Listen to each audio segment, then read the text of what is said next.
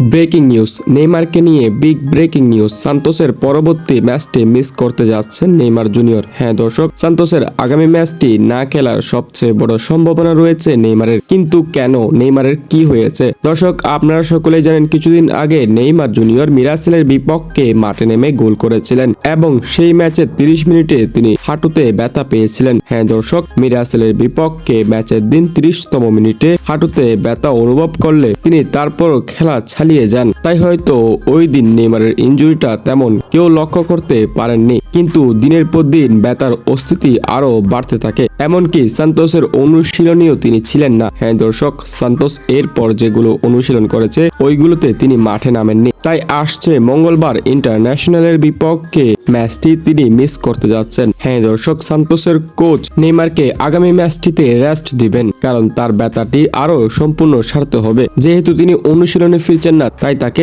স্কোয়াডে নাও রাখতে পারেন। কিন্তু নেইমার ম্যাচটি খেলার জন্য আগ্রহী। নেইমার চাচ্ছেন আগামী ম্যাচটিও খেলার জন্য, কিন্তু কোচ সিদ্ধান্ত নিচ্ছে তাকে ওই ম্যাচে বিশ্রাম দেওয়ার জন্য। দেখা যাক শেষ পর্যন্ত কোচ কি সিদ্ধান্ত নেই। তবে ব্রাজিলের বিভিন্ন গণমাধ্যমের মতে নেইমার আগামী ম্যাচে বিশ্রামে থাকতে পারেন, এটা ব্রাজিলের অনেক গণমাধ্যম এখন প্রকাশ করছে।